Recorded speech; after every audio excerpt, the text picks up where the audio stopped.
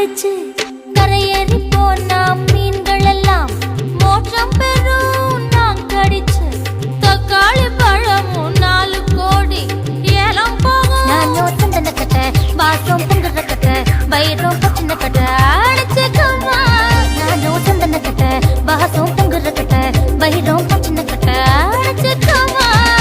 ஒரு தீப்பல் நட்டு வச்சு வாக்கு பந்து விளையாடலாம். நான் பிறந்த 10 ஊரு காலி வளர்ந்த எல்லாமே காலி சிரிச்சே எல்லோரும் காலி மாமா.